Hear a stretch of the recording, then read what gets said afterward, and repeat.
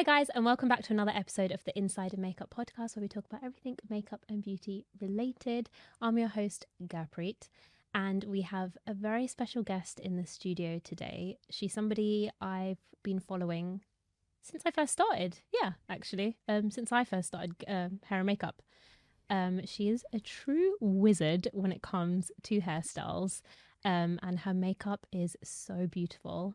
She does also have some news to share today, so you don't want to miss out on that. But I'm very thrilled to introduce Arpita. Yay! The anticlimax cup. No, I'm really thrilled as well to be here. Yeah, I'm really excited, especially because we spoke off camera about something, so I'm really excited to dive into that conversation. Yes. But before we get into it, I'm always very interested to know how every artist gets into hair and makeup full time, especially. So, what's your story? So before hair and makeup, I was a radiotherapy physicist. That's so different. So that's actually how I got to Birmingham, because I used to work at Queen Elizabeth Hospital. So you're from London, but you moved to Birmingham. Fine. Yeah, okay. Like a very long time ago, like 21 years ago. Yeah. And then so I was really passionate about that as well. It's about the physics behind the treatment of cancer. But yeah, it's not for you when you're sitting there and you're spending 2 hours making a graph look pretty, and nobody cares about how it looks. I'm in the wrong job here. Oh wow. Yeah, and I used to just go in to work every day and just think, I want to be outside. I don't want to be behind a computer. I want to be with people. And you have to be quite sociable to do this job, I think. Yeah. Hair and makeup. And I think I was also looking for something where I was in the flow. Like I felt with my old job, there wasn't that flow that I was looking for. Yeah. The information didn't just come out of me. Okay. And I just felt like creative stuff and artistic stuff is more flowy and more me. So then I don't know, I just literally I spent 6 months kind of thinking about what to do instead of physics, and it was a bit of a risk as well. I spent so long training and going down this avenue, and I was like, I can't keep doing this, because since I was young, I was just I want to do this, and then I want to do this, and then I want to do this. I was like, you just have to make up your mind. What do you want? Yeah. So yeah, I spent 6 months really figuring it out, and I went back to my childhood, and I was like, what was it that when I got out of bed, or when I could just get up and just practice and feel natural at, what was it? What were those things? And I knew it was all stuff related to art and creativity. And you were quite artistic as a kid. Yeah. Yeah. And everything where it was even I used to do Kathak. Oh, wow. And play music. So I knew it was those things which I had passion for. Yeah. So I was like, I want that same kind of feeling. It feeds your again. soul as well, doesn't it? Yeah. And then, I just made a list of everything that I wanted now in a job. So I wrote down it needs to be creative. I knew I needed to see results straight away, because I'm really impatient. Yeah. I needed to see people. I needed to feel like I was helping them. But you were still in your job at this point. Okay. So you didn't just leave. No, I didn't leave. Okay. Yeah. Yeah. So once I wrote a list of everything, I kind of one day I just woke up and I went, actually, I want to be a makeup artist. And I looked at my list and I was like, it kind of meets everything that I've written down. So you weren't doing this on the side before? So I did do it on the side, yes. So for 3 years, I did the physics with the makeup. Oh my God, that's so not I built easy. it up. Yeah. People who do it on the side, I just think you're literally working 7 days a week. You're 9 to 5, and then your weekends. Yeah, it is a lot. Tough. And you did that for 3 years? Yeah, I did it for 3 years. Damn. Yeah. Wow. And then what made you want to... It was actually hard making that jump. Really? Making that jump where you're you just quit, Oh my God. And but I made a promise to myself, and I said, I'm not going to leave my job until I can make enough money with hair and makeup. Okay. That was the promise. That's sensible. Yeah. So no, but it wasn't, because when you get to when you get to that point where you're meeting that, you get used to 2 salaries, don't you? Oh my God, of course. I didn't even think of that. Yeah. So when you get used to it, then I was just like, oh wow. There's also just the uncertainty of like, am I going to keep making this, right? There's always that fear.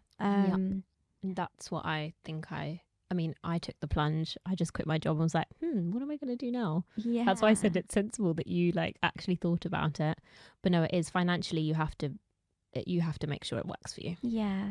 But I don't know, I feel like it's a really good when you're in that position, because you also find like the courage and you find the strength to like dig deeper within yourself, to challenges you. Yeah, it challenges you. Yeah, it's really, I feel like it's really good for your growth as well, As in to work for yourself, or to find ways to make it work. To make it work. Yeah.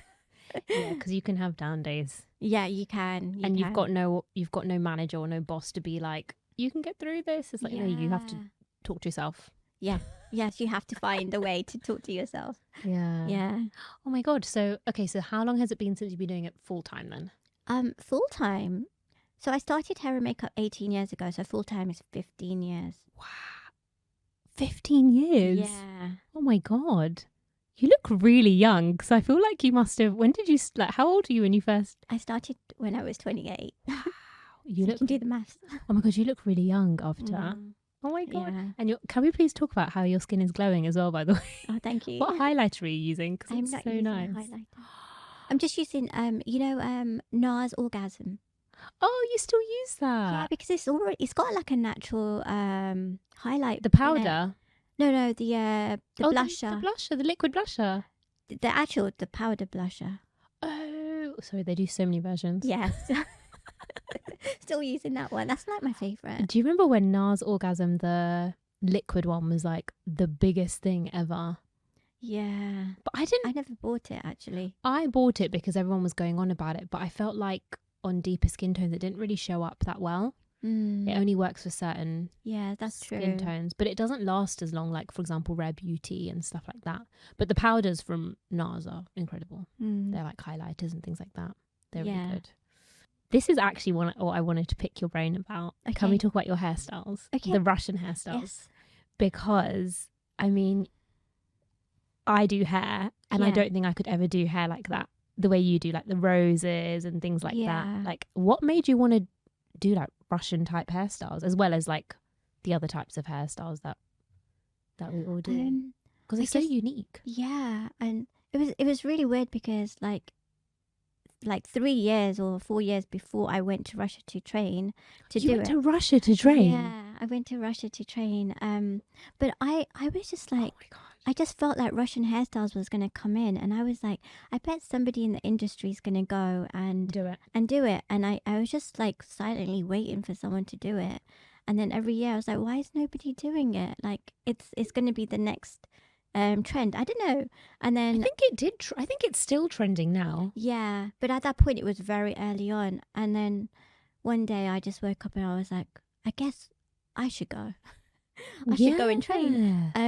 So that's because I could see like how that could be made into like Indian, like incorporate into Indian hairstyles. Mm-hmm. I've seen a lot of girls do it for their civil weddings. Yeah, it's better for like civil, I would say, and so like, you can see it. Yeah, and the reception. Yeah, exactly, and the reception. Yeah, you can't really do much of it for the actual Indian or the traditional one, but I guess in the front there's still, you can have a lot of texture. Yeah, but I think at the back I think there's no point because the dupatta goes on top, but also I feel like some dupattas are too heavy for that kind of hairstyle as well. Yeah, so definitely. I think it does depend. But how long would you say like that kind of hairstyle can take? It takes like 2 hours. Just for the hair? Yeah, just for the hair. So then do you do 3 hours for hair and makeup or a bit more? 4 hours. I get it. Yeah. If you're doing also something... the dressing as well, right? Yeah. And sometimes the dressing can easily take half an hour, I think. Especially when there's 2 dupattas involved.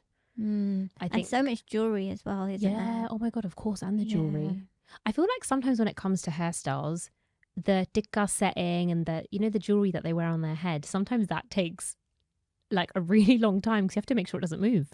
Yeah, it Especially for the does. wedding Yeah. day, like the main day. Yeah. Sometimes And I sometimes find. you just have to also allow for, you know, the faffy moments Yeah. as well. You know, that always happens as well. Yeah. So It's funny because when I for some clients, if it's like a big booking, I send a timesheet and then I'm like, I give like 5 minutes in between for the changeover, and they're like, "Wow, this is so intricate," and I'm like, "Trust me, this is going to make sense to you once this is all done." And then afterwards, they're yeah. like, "We're so glad you sent that to us," because people don't factor in the little things like faffing, Yeah. especially like getting up and then getting the next person in the chair for party clients, but for brides as well. Sometimes they have to get up and get something for the mum, or you know, you have to incorporate that Yeah. into it. And you just can't. There's so many like factors that you just don't know what's going to happen. Like, and I don't want to scare anyone, but sometimes sometimes you're running so on time, and then Yeah. the last like 30 minutes when you get changed, there's little things that will happen which you have to factor in. Do you have any examples? Like, you know, like just say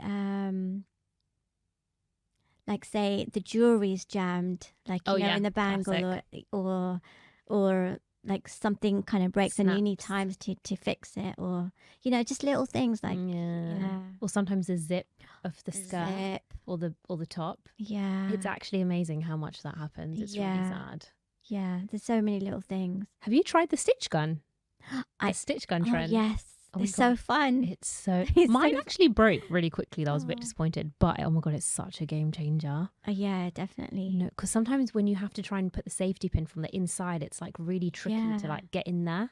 But with that, you just go. I know. Bang, bang, bang. I actually find it really fun. Like like the first time I used it was actually my bride that had it. So I had never used it, and the first time I used it, I was so scared. But then after I was like, oh, this is so exciting. So quick. And then you just chop it off when you want to take it off. Oh yeah. And you can't see. It's so comfortable. And sometimes it takes so long to put that pin in, right? As well, the safety pin and get it right. But this God, it's so convenient. It's just such a game changer. Yeah. What do you prefer more, hair or makeup? I go through phases, to be honest. Yeah, I'm like that. Like every year it's a different thing. I think I'm a bit like that. Sometimes when I get booked just for hair, like I really get into hair. Yeah. If I do hair and makeup, actually I think I prefer hair and then dupatta setting, the jewelry, and when it comes to life, I think I do prefer it because then you can see like the final look. Yeah. Because I always do makeup first, unless it's like a sleek bun. I'll always do the makeup first. Yeah, me too. I think when I saw you recently at a booking, you did the hair first, or was it the makeup? I think it's always makeup. Oh, is it always makeup? Oh, yeah. gosh, she looked so good. I can't remember who that was. And that hairstyle was like a low, sleek bun. We were in the garage at the back. We were all in the same room. There were three makeup artists.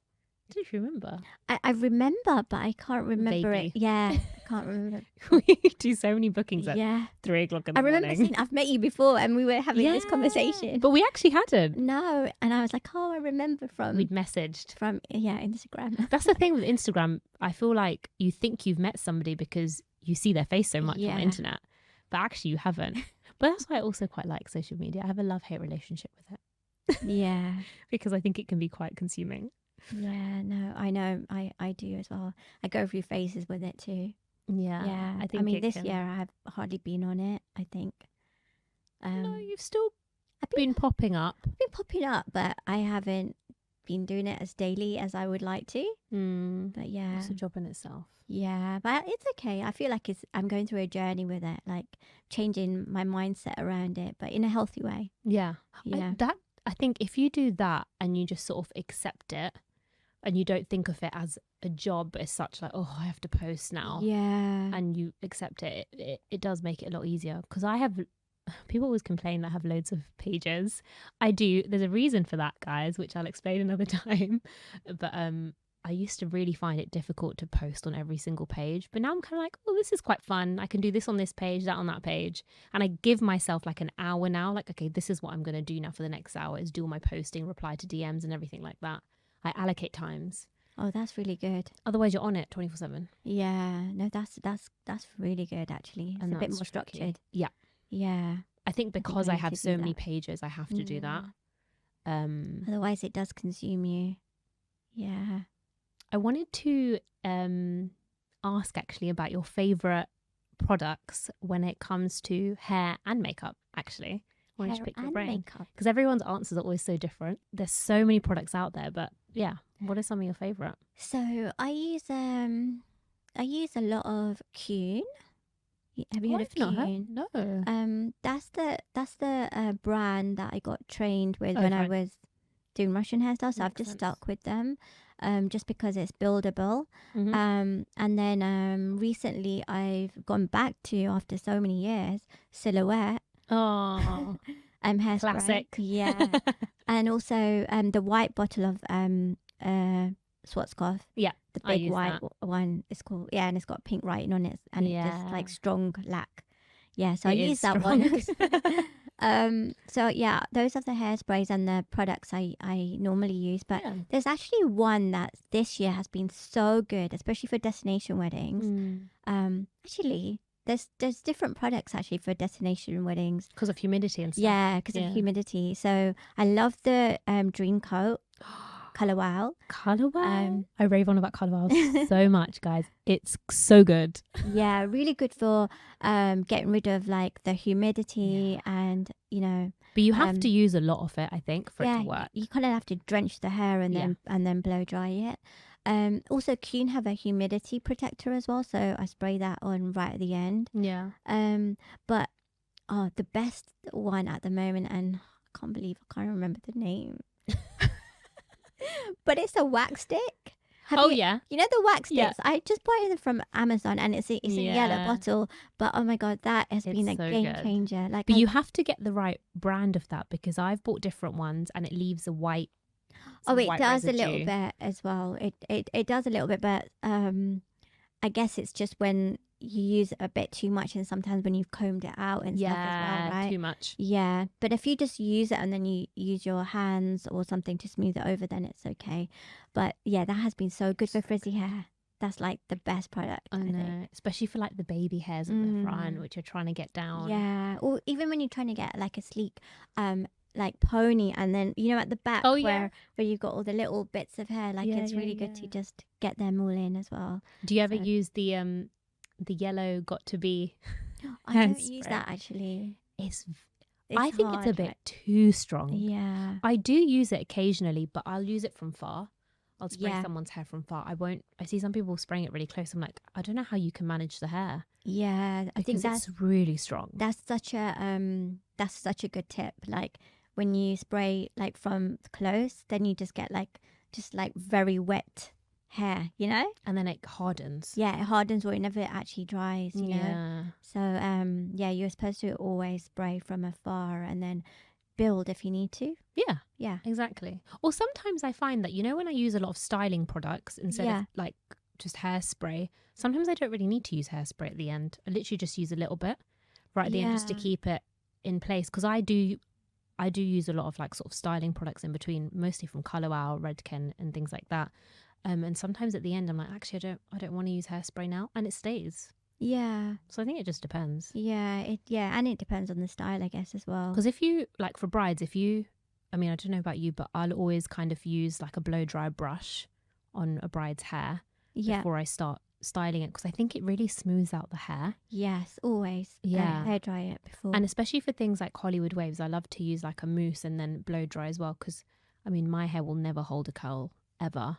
So when girls say to me, my hair doesn't hold a curl, I literally get the mousse out. And it really works, actually. I find that works for me. Mousse, blow dry it, and then start curling. Yeah. And pin the hair up. And then do you also hairspray before you curl? I use, is it from Schwarzkopf? No, I can't remember what the brand is. It's a black bottle. It's a wet hairspray.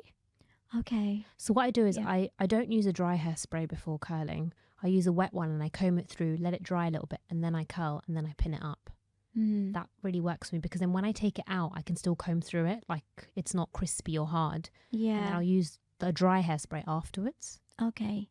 But I think everyone. Yeah, there's so many different ways. Yeah, so many different ways. There's no right, to be honest. It's just you got to find your way. You don't get you? you get the same outcome. Yeah, you do. I think when it comes to Hollywood waves, yeah, you just got to find what works for you. Yeah, definitely. I think, yeah. How do you do it? Do you not spray beforehand? Yeah, I do spray. I spray actually hairspray and then I curl it. I've seen people do this online. And then you soften it with your hands and then you comb it.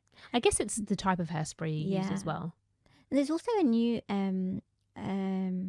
way that I recently learned, which I really like as well. And you just literally blast the whole hair with hairspray. Yeah. Like every single like layer. So it's kind of like drenched with hairspray. Oh. Not drenched, but like you completely coated it. Yeah. And then you brush it all out. So then the hairspray is kind of brushed out and it's so the hair goes back to soft. And then you curl and oh wow. And then you curl. But I find that that's like easy because you're not like constantly picking up the hairspray and putting it down and picking up your curlers. It's just faster. That's true, actually. That's a good idea. Because it is annoying when you have to keep grabbing the hairspray bottle and stuff like that, and like especially when like they don't have like a table set up and it's or it's like a low table or something like that. Up and down and moving around. Yeah. Because I know some artists they take a table with them, but I'm like I've already got so much stuff. My back hurts. Yeah, I'm really not good with like how to prepare my surroundings as well. You're not good? No, so I always make it awkward for myself, but because I'm just focused on what I'm doing and I just don't know what I'm doing with my setup around me. Do you know what I mean? I get that with hair. Yeah. Makeup I'm a bit more cleaner with, but with hair, you just, I think it's because you just really get into it as well. And then you're like, I think it is the hair. Yeah, it's more the hair than the makeup. I fully agree. You're right. I always find that when I do hair, it gets a bit messy. Yeah. Where's my pins? Oh my God, yeah. But now I use that watch, the magnetic one. That's such a game changer. I don't know why I didn't buy that before.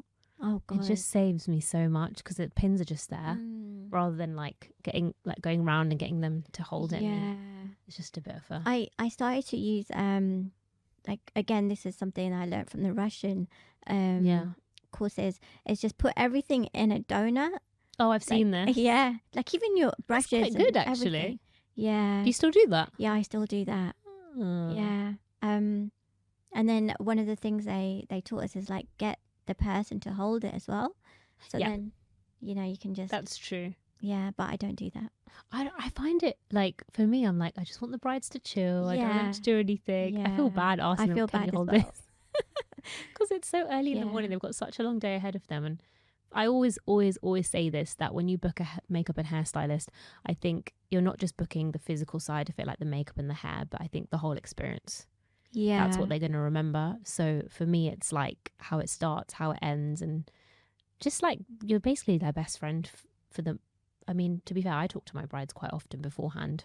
Anyway, so you become friendly with them anyway, but I want them to just have a really good experience. Yeah, I think it's really important. Because I know some people in the past who've had some MUAs and they've said they're absolutely amazing, but they had a very stressful morning and they passed that on to us. Yeah. And I'm like, that's really sad. Because I think you have to kind of just, I know it's sad for us that in the car we kind of have to zip up our emotions and go in and be all happy and but that's just part of the job, I think. Yeah. I don't want to pass on anything, especially on their wedding day. Yeah, definitely. You have to remember that when you're there, like you're actually the one providing the service. Yeah. Isn't it? So it's like you have to go into service mode. Yeah, exactly. And I think that's really important actually, because that's what the brides remember. They don't just remember the makeup and the hair, or any client actually, not even just brides. Yeah, but what are some of your favorite makeup products, like your staples? At the moment, again, I go through phases. So at the moment, I love the Mario palette for the eyes. The white one. The neutral one. The white one. Yeah. I've got that. It's called Elemental. I forgot what it's called. I can't remember what it's called. I'm not very good with these names, am I? But I know which one you're talking about. Yeah. I never used the really glittery one. Oh, the glitter. Oh, I've got the neutral one. Oh, no. It's got lots of shimmery ones. Oh, I like all the palettes with all the shimmery stuff okay. with it. So I like the Pat McGrath as well, because it's got lots of shimmery colours in it. And then I love Natasha Denona as well. Yeah. But actually, the Too Faced Oh. Too Faced. I like that palette as well. Why are all the names gone today? The thing is, you'll be surprised how many people actually know what you're talking about. Yeah, you know which one I mean. The brown. Because we all like the same brown ones. stripy one. Yeah. Oh my god, that's so funny. Yeah, it's so funny when I go to and I see other makeup artists and I'm like, I got that palette, I got that palette, and then everyone's We've all got really similar things, yeah. but I think the way we use them is different. Yeah, like certain foundations as well, correctors, we all use them really differently, which is what I find really interesting. Yeah. Oh, I also love Magic Cream, Charlotte Tilbury Magic Cream. I use the eye cream actually, and the eye cream. Oh, and the color corrector from Charlotte Tilbury. Oh, I've never tried that because it's really creamy as well. Like, you know, I used to use the matte color corrector, but I feel like the Charlotte Tilbury one is like a lot more creamy, because you know when people have got like quite dry or you know under the eye, I think that just kind of keeps it moisture. I didn't even know she did a color corrector. Yeah. Oh wow, I'll have a look at that, because I use the Huda one, because I find that for people with dry under eyes that works really well as well. Or I'll use the NARS pot concealer if they've got very oily skin, that works. Yeah. But for myself actually, I might try the Charlotte Tilbury one. Oh yeah. And see how it goes. Yeah, I think it works for some people. Yeah. It depends how dry your skin is, I guess. Yeah, exactly. What about foundations? Foundation at the moment, because there's so many. Yeah, there is. So, on my face, I like using Pat McGrath, because it's just very like skin-like. Yeah, very skin-like. But for my brides this year in particular, I have been using NARS. Yeah. Giorgio. No, yeah, I've used Giorgio Armani a few times, not that often. Yeah. Charlotte Tilbury. But the Beautiful Skin one, so it's just quite a light. I use that. Beautiful Skin. Yeah. Have you tried the YSL one? No. Oh my god, it's really good. Yeah. I started using that on I actually bought the foundation for my mum actually, and then I started using it and I was like, oh, this is really nice. Oh, and then I put it in my kit. I use it a lot. Wow. Is it like a thick base, or is it? No, it's a natural. It's like it's a bit like Giorgio Armani / Charlotte Tilbury Beautiful Skin. Oh, okay. It's nice in between, and I like the undertones. Oh wow. They've got neutral undertones, which is quite nice. So might need to check that one out. Yeah, that one's quite nice actually. I'd say get a tester and try it on yourself first, but it's a foundation that not many people go for YSL, but it's really nice. Okay. So I'll definitely try YSL, and you can mix it. I always mix my foundations. Yeah. I love mixing Charlotte Tilbury with NARS. Yeah. Yeah, I like that as well. Because it's like in between, isn't it? Like to get it from thick to medium coverage. Yeah, as well. Because sometimes Charlotte Tilbury, especially the matte, the glass bottle one, it can be quite thick. A bit like the Huda Beauty, the formula is quite heavy, I think. Yeah. And it looks really nice to begin with, but then after a while, you know, in the lines and where we're a bit dry, it starts to kind of crack a little bit. So when you mix it with something like NARS, it's quite pretty, I think. Yeah, I feel like this year, you know, every year is different. It's just so strange. Yeah. But this year, it feels like everyone's going lighter with their base. Yeah. Don't you think? Because because I feel like the texture and just the coverage that they want is a lot less. It's true. Yeah. A lot of people have asked for that. I actually barely use foundation on people now. Oh, really? I literally use a little bit to just kind of balance out their skin tone. And then once I add the concealer or like Kevyn Aucoin's skin enhancers and stuff, if I mix that in, it kind of builds the coverage up to what they want. And people, like you said, they want their skin to show through. So that's why I go for Giorgio Armani so much now. Yeah. Because it is a really nice skin. Yeah, Giorgio Armani is nice. And it's glowy as well. Yeah, it is glowy. Yeah. And it's hydrating. I find, especially when I use it on myself, I go really dry usually around here, but when I use that, it doesn't go that dry. Yeah. I feel like this year as well, I'm using a lot more creams underneath. Like everybody wants it just glowy. Like I'm using less powders, more creams, and then just like lighter, like a base. The thing is, you have to use powders, isn't it, to make it last long? Do you not find that? I seem to have this like war in my head about that. Again, I feel like it depends on the person. 'Cause And their some skin. people, yeah, because some people like I don't normally wear powder and I don't need it. Like I actually don't wear powder on my skin. Are you wearing any today? No, I never wear powder. But on Wait, what? yeah, because it doesn't work with my skin. So under your eyes, T-zone, No. no. Yeah, and it stayed in place. Yeah, it stays in place. It stays in place. And I feel like some clients, they have similar skin as to me, so like I know it will work on them. Oh my god, I'm gonna try this. But it's strange because sometimes, yeah, like some people it's like a no, like you have to powder it. Yeah. So I guess you just have to, yeah, really like feel into them and just kind of figure them Wow, out. I'm and actually shocked. Figure their skin out. Yeah. But if you were to use powder, what one do you use then? So I really can't use loose powder under my eyes. It just doesn't work. Wow. It doesn't work. I've tried it. I wish it works, but it doesn't work.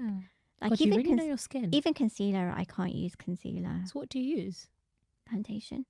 Really? Yeah, Oh my god, I have no Arpita, I'm concealer. so shocked. I have no concealer on. I can't use concealer. To be fair, when you walked in, I was like, you look so nice and glowy. Thanks. Wow. Yeah, no it looks powder. very youthful as well, actually. Yeah. This look. Just fresh, right? But then do you have like dark circles and stuff like that? I do have dark 'Cause circles, you can't tell. but yeah, so I don't use concealer. I don't use powder. If I use powder, I will use still the Studio Fix MAC Studio Fix, but very little. Wow. Yeah. Oh my god. I always say that when like a client of mine, for example, doesn't wear powder or they have very dry skin, I always rave on about By Terry, the hyaluronic powder.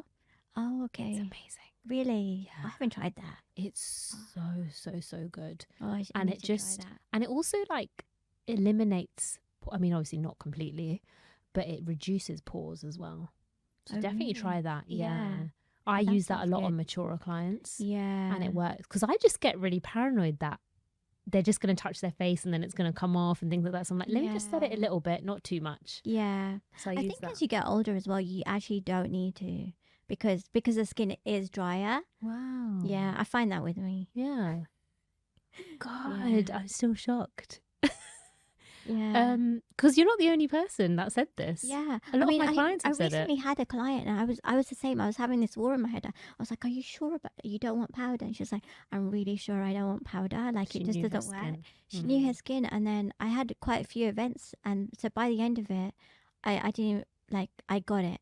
I got Really? it that she doesn't need powder. Her skin doesn't need powder. God, her makeup must have looked so beautiful. Yeah, and it looked really glowy, and it stayed, and I was just like, "Wow, that's crazy." Because I know some people like to use a lot of powder instead of setting sprays. Some makeup artists, they won't use a setting spray at all. Yeah. I 90% of the time do. I still Okay. use a setting spray. But you know, like the ones that are like Krylon setting spray and things like that. Yes, I use that actually. Oh my God. I always use things on myself before I put it in my kit, but I found that did not work for me. Around Really? here and here, it would all just separate Wow. every time. So I don't keep it in my kit now, the Krylon one. Oh, Don't know okay. why, because everyone was like, this is amazing. And I do truly believe it is amazing, but it just didn't work for me. Wow, Yeah. that's crazy. Which is a shame because But you know what's interesting? Like I would never try it on. I feel like my face is not your average. Like it doesn't work on what I use on myself doesn't work on my clients. Do you know what I mean? So yeah, like, yeah. I'm not a good tester. Oh my God. So do you just go off like recommendations and things like that or what you've learned and No, I don't know what I go off. I just like look at the colors, I look at the texture, and then I'm like, I just feel like I will work on them, but like I will never try it on myself because I know it won't work. Wow. Yeah. Oh my God, I'm the total opposite. But then actually you're right. For example, the Krylon setting spray, maybe it'll work for some people. Yeah. But I think I'm just so paranoid now that I'm Yeah. scared. I think that's what it is. I think I'm a bit worried that, okay, it didn't work for me. What if this happens to someone else, for example? Yeah. Because that's kind of what I'm battling with That's at the moment true. is this whole nose and mouth situation. Everything just kind of separates. So now I've stopped putting makeup there and it works. So I think my skin's just going through a bit of a... Yeah. It's going through a phase. Yeah, no, I can understand that. But yeah, I feel like what I do is like look at my customers as and I kind of see like there's a range of customers with different skin types and different like they're kind of different, just the way that they are. And then they're like my reference. I kind of like I'm out of the equation. But also you've been doing it for so long, like the experience that you've got under your belt is like out of this world. So I think you're just so experienced now as well, so it probably just comes to you naturally as well. Yeah, I think it's about being adaptable as well, isn't it? Yeah. Oh my god, that is very true, because you don't actually know what you're going to get until you get there. Yeah, it's very true. Like you can speak to them beforehand and find out as much as possible. Once you physically touch their skin, it's a different story. Hair and skin. Yeah, and you know, I've been doing this for 18 years, but I can't say that I still know everything. Yeah, it's almost like every experience, like I'm still learning stuff about different people's skin. Like you'll never know, like everyone is so individual and so That's different. True. Do you know what I mean? That's actually true. Like I'm still learning. Like I said, I just had this client recently. Yeah. And she was like, powder just doesn't work. And I'm like, are you sure? Like I'm still like, oh, okay, this is new. But it's nice that you're open to adjusting. Yeah. And you're not stuck in your ways. Because some people are like that. They're like, no, you have to do it this way. Yeah, no, but I think it's important to always be open, because, you know, every year, like we were talking about, it changes, the trends change. And so you're having to adapt completely. And then you're back at square one every year, right? Because it's like you got to, like, okay, get rid of all the other trends from all the other years and start again with this a new trend. And God, that's so true. Yeah, and then you also have to, like, you've got new clients now, and now you're actually relearning every year in some way. Yeah, of course. Yeah, with these new trends, like at the moment, it's like blush overload. Yeah, that's like a big like blusher on your nose, cheek, under the eyes a little bit as well. Because some people actually request that now as well. Yeah, especially like obviously the youngsters. Yeah, and also the products are changing, and everything changes. So you'll never be in this place of like. Yeah, it's all learning. Some people actually specifically ask for products as well, like, can you use this on us? Yeah. Or if I don't have it, for example, they'll be like, can you use ours? Yeah. So it's amazing. And then you have to learn on the job. Yeah. Sometimes I'm like, so how would you like me to use this now? Yeah. Especially with the blusher thing. I had a girl recently, and I put the blusher on her, and I thought it was enough, and she was like, do you mind if I just do it myself? I was like, no, go for it. Like, I'm really easygoing like that, because I know everyone's got their own way of doing things. And she just put more on the nose, put it under the eyes, a bit on the forehead, almost sort of like a contour. And she loved it. Wow. In the end. And I wouldn't have been able to do that for her. So sometimes it's just easier to get them to do it. And actually, I feel like the clients are actually our teachers as well. Yeah. Like I learn a lot from them. Yeah, because they probably spend more time on social media than even us, to be honest. Yeah. And also they know their face more as well, so they're actually teaching you in some ways. Yeah. Yeah. And then when you have another client with similar like features, you've just learned something because you've been open to learning it from your client, right? So that's a good way to put it, actually. Yeah. You learn from them, because you're right, no one knows your skin better than your and what you like and yourself. Like I think when I first started, that is one of my mantras. Like they're actually my teachers, so be open to listen and learn from them. Do you know what I mean? Like and like listen to what they want, listen to their vision, and by their ideas as well, you're actually becoming more creative. And oh my god, it's really nice that you're open to that. Because I think I'm a bit like you in that respect. If they want a certain look, and I think that it might not suit them 100%, but if they want it, I'll do it. But then they end up pulling it off because they feel so comfortable in it. Yeah. So I think it's nice that you also listen to your clients. But that kind of brings me on to the next sort of bit of the podcast. Okay. I know you have something that you want to share with everyone, so I'm gonna give the floor to you. Okay. Okay, so I feel that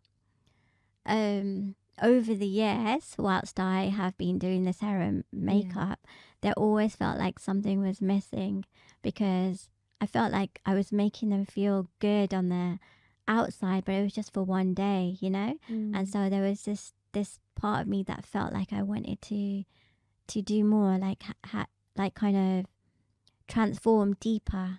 And yeah, and so I like, it's been calling me for the last few years, especially like to go into more transformation work and more coaching work, and just make people feel better on the inside. Do you know what I mean?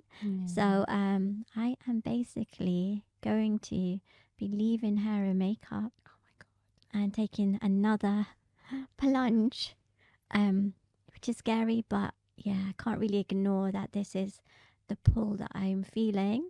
You're very in tune with yourself. Yeah. I think. Yeah. Because to take this step, I mean, it's not easy. I mean, changing careers is not easy. So I think it's amazing that you're listening to that calling. Yeah. And you're gonna do something about it. But just before we actually came on the pod, Arpita actually shared this news with me, but I actually assumed that she was gonna still do coaching with hair and makeup, but that's not it. No, it's completely different. But yeah, but I will probably still coach people who are in the hair and makeup industry. Amazing. And who want to like build their careers and, you know, but heal other things, you know, and heal their mindsets, or shift their mindsets so that they are kind of goes hand in hand, actually. It does go hand in hand. I just want to coach from a different place. Yeah, exactly. And I think we all behind closed doors are going through something. Yeah. And sometimes my clients have sort of like made me feel better on the day and things like that. But I think in the long run, it's really important to keep doing the inner work. Yeah, 100%. It's so important to do the inner work. Yeah, and it's so nice to be able to, I feel like I really want women to feel their power inside, you know? Because we all have it. Yeah, we really do. Yeah. And especially I feel like in my journey, like at the start of it, like I was very in my masculine. Oh, okay. Like very like driven, very like pushing the business and like structured. But there was also the feminine parts as well, which is the creativity, you know, and the intuition and the soft parts, you know, like when you're with customers and the flowy parts. But like driving the business, that was I was very in my masculine. Wow. But I feel like looking back now, like the masculine part of me was the bit that was really helping that part. Okay. But I was also I feel that like as women, we forget our power in the feminine. Like being intuitive is our power. Like being creative is our power. Like being also like leading from the feminine side, and even nurturing and being caring and being soft. Like there's even being sensitive, you know, or expressive. Like we're told, like as we were younger, or like in society, to shut these parts of ourselves down. Yeah. But actually there's power in it. And people look at it as a bad thing when you're sensitive, but no, it's actually quite empowering. Yeah. Yeah. And so it's empathy, and, you know, it's just like, just being powerful in your feminine. I think also running a business from that place. Yeah. It's different from like running, you know, being something that you're not, like being in your masculine. Sometimes as someone who's more in their feminine, which I think I am, it can become very draining. And like you feel run down after a little while because you're actually suppressing your actual other parts of yourselves. That is so true, because I think I was like that for a very long time. Like you become so independent when you're doing, I think with a lot of things, a lot of careers, you become so independent and you kind of forget about your feminine energy. Yeah. And you step into the masculine and that's it. Yeah. I mean, at the part of the point of becoming a hair and makeup artist is because that feminine side of you was like, oh, I want to be artistic, I want to be creative, I want all of this stuff. And then the masculine takes over, you know, got to run the business, got to try and make money, got to try and sustain it. And then, sometimes you lose the passion or you lose the actual you have ups point and of downs. it. Yeah. It's very easy to do that, I think. There's been times where I've been like that, where I'm like, I'm actually not enjoying this at the moment. Yeah. And this is a choice I made. I chose to do this full time. But then you have to kind of do the work again. Yeah. And then you kind of get back on the horse. But I've been doing a lot of inner work since I'm 31 now. I'd say since I was about 27, 28. It's changed my life. Wow. Like, yes. I was so different before. And now I'm so in tune with myself. I'm so much more confident. I'm so much happier as well. And when I do have like a down day or down days, I know what to do now. I have the tools to kind of help me sort of like get through it. Yeah. So, oh my God. So are you going to start doing that alongside, or no, do you know what you're going to do? I think I am literally just going to well, next year I'm just going to take a few premium brides on. Yeah. But next year is literally like when I'm going to start doing this. So from 2025. Yeah, just going to go for it. Oh my God. I'm really excited about this journey of yours. I'm excited. It's still scary, but then I remember the physics to makeup. So it's almost like they say this thing in also with like spirituality where everything's like a spiral. Okay. And you go deeper and deeper into the same kind of, like when you look at your life, you'll see like there's a cycle that appears and it appears again, and you think you've learnt the lesson, but actually you're just going deeper into it. So it's almost like I'm doing it again, like stepping out into a new thing after years of this. After 18 years. Yeah, and it takes even more like digging deeper. But yeah, I know that this is it. What I need to be doing right now. Yeah. Oh my God. Because I know some people, they end up doing a certain job for the rest of their life because they feel like that's all they can do. But actually you're showing people, like, if you're sort of like in tune with yourself, I guess. Yeah. Or because this is specifically for women, right? That you're going to be. I think to start off with, I will do women, work with women, but then I don't know what will happen. You'll see where it takes you. Yeah, I'll see where it takes me. See, I like that because you know what you're going to do, but you're going to let the universe kind of guide you. Yeah. And sometimes I think when you're too organized or too planned, you get really disheartened when things don't go that way. But if you kind of just let the universe do what it's meant to do for you specifically, it really works out. And that's what it's doing for you now. Yes. Yeah. I think that's exactly where I am right now. Like I'm really like going with trust. Yeah. Letting the universe take the driving seat for once. Oh my God. Okay. Have you thought of like a name for the brand or? No, I mean, I've had a few names, but it hasn't completely resonated. So yeah. Because I know you've got your hair and makeup page, but then you've also got, would you say it's a personal page? Oh yes, Life by Arpita. Okay. Yeah, that's where it will all be happening. Because you're posting on there at the moment, isn't it, about the spirituality and stuff? Yes. Yeah. Wow. So what are some of the, like, on a day-to-day basis, what are some of the things that you kind of like, do you meditate? Is there anything you in particular like do? So yeah, I meditate in the mornings when I can, because like life is always like on the go, right? So I meditate in the mornings. And again, I go with the flow every day because I see what I need as well. So sometimes I will meditate with cacao. I saw that on your story. Yeah. So I'll meditate with that, and then sometimes even with the meditation, it's like it's different every day. Like sometimes it's about releasing emotions, or sometimes it's also just receiving downloads, or and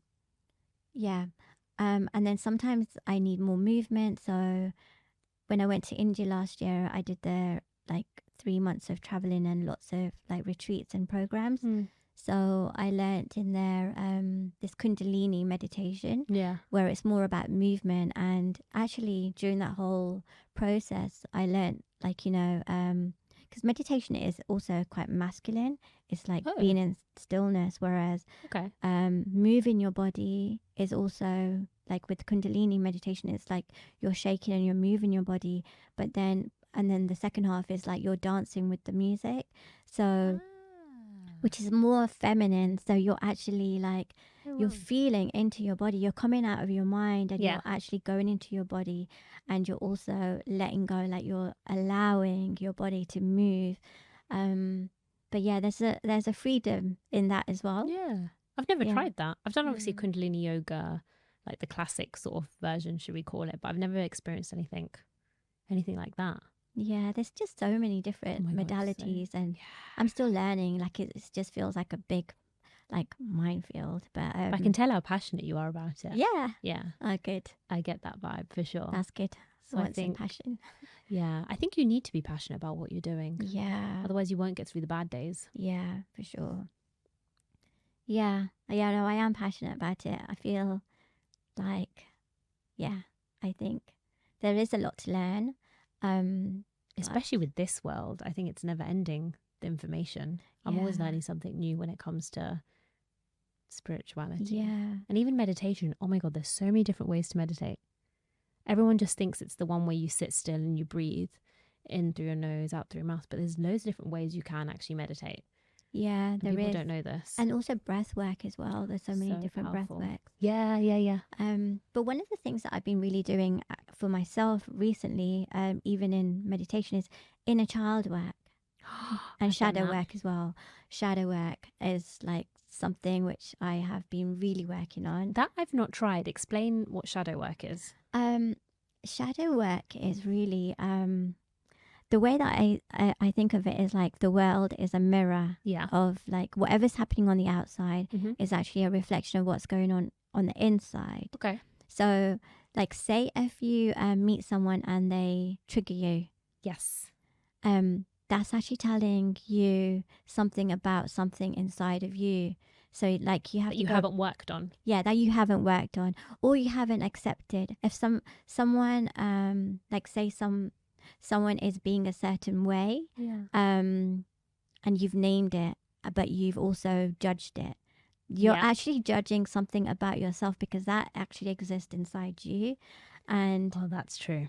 And actually all of it exists inside of you. And when you can come to a place where you see those are your shadows and you're not running away from it, but you've actually confronted them and you've accepted them and you've loved them, then the world around you will change because number one, like when you see someone being a certain way, you will you'll look at it differently. You'll look at it differently. Your perception changes. This is so true. Yeah. I've had first-hand experience of that actually. So I can, because it's funny, a situation happened, and I kind of looked at it. I got triggered by it, and then I kind of thought, well, actually, I think it's something I need to work on because that didn't need to trigger me. And I had to do so much work after that. It happened again, but I looked at it very differently. Yeah. And I felt differently. Yeah. It didn't trigger me as much. So I wasn't as emotional because of the work that I'd done. Yeah, it really makes a big difference. That's so powerful. And another thing that I think is really good is emotional release because we hold so much trauma in our bodies. Oh yeah. And also like we suppress like our anger, we suppress like our sadness, our grief, our shame, and we're told that all these emotions are bad things, from when we were a kid. But so then every time we feel it, we just suppress it, we run away from it. We're like, oh yeah, we can't feel that, and then it gets stored in our body. And then when someone appears in front of you, and again, like you're all charged up, with this, and then they could say one thing and there's too much charge around it, and then like you react in a certain way. But if you go away and you release those emotions and you're in a space where you're allowed to feel those emotions and you really express them, then when you go back and then you have these conversations with like someone, like there's no charge there, there's nothing for you to react, and you see it as it is, and you're back in your power now because you can actually express from a different place. Yeah. You know what I mean? Yeah. I know exactly what you mean. Oh my God. Well, good luck on this journey. I'm really excited to follow you on this new sort of Yeah. chapter, I'm going to call it, of your life. And I'm sure one day you'll probably write a book, because I feel like you've gone from your first job to hair and makeup to this. Your life, it's been quite interesting, because it takes a lot to take the plunge to change careers. So I'm going to bring it back to a bit of hair and makeup now, with a bit of a quick fire round. Is that what it's called? Quick fire round, where I ask questions and you have to pick. And okay, I think it's fire round. Yeah. Okay, I've got it on my notes. So what we're going to do, I'm going to ask you questions, and then the first thing that comes into your head. Okay. It is hair and makeup related. Yep. If you feel like you need to answer with more than one product, then I'll let you off. Okay. Okay, let's start. Best foundation for the wedding day? NARS. Okay. Favorite setting powder for the wedding day? Laura Mercier. Okay. Ooh, best long-lasting eyeliner? Inglot. Oh, I love that one. I use that one as well. The brown one is so good. NARS foundation or Estee Lauder? NARS. Okay, that was an easy one. Best concealer? Too Faced. I love the Too Faced concealer. It's so good. Favorite hairspray? Kuhn. Oh, I'm going to check this brand out. How do you spell it? Keune. Oh, I'm going to check it out. And best curling tong? Babyliss. I'm so glad you said Babyliss. I use Babyliss all the time. And because there's T3? Is it T3? T2, T3? I think that brand is called. It's really expensive. Oh, okay, yeah. Cloud9, GHD. Oh, yes. Babyliss and is Bombay so hair good. as well. Bombay Yeah, hair. I use that as well, but Babyliss is It's so it good. does the job. I've had good. mine for years. Yeah, well, And it's so cheap and cheerful as well, it is. I think. Oh my God, I'm so glad you said Babyliss. Babyliss, yeah. All of mine are Babyliss. Yeah, I think I have a Babyliss. GHD straightener. Yeah. And that's Yeah, it, just because it warms up quickly. I prefer Babyliss to GHD curlers. Really? Yeah. Oh, wow. Because I know some people swear by GHD. Yeah, I don't know. But I mean, I've had the same experience as you. I think Babyliss is just as good. Bombay hair is quite good as well. Because they heat up. They burn your hand. Oh, they heat up quickly. Yeah, so be prepared. Oh. As in like they're really hot. Like. Oh. Yeah. Oh, I might actually check out Bombay hair. I've not really looked into them. But I wanted to say thank you for coming and also sharing what you shared, because that's not, obviously it's quite personal. Yeah. But what are your Instagram handles? Like, which ones do you want to sort of share? So, Arpita Karania is the hair and makeup page. Yeah. But Life by Arpita will be like where I'll be transitioning to. Okay. So I'll add that in the description below, guys. But yeah, don't forget to follow us both. Like, subscribe, comment, all the good stuff, as I like to say. But thank you again for and coming. thank you for having me. Oh, you're welcome. It's been a really good chit chat. I think we could have spoken for a lot longer. Yeah, I think so. Maybe we'll get you on again actually next yeah. year. That'll be a good one, I think. Yeah, that would. But yeah, I will catch you guys in the next episode. Bye, guys. Bye, guys.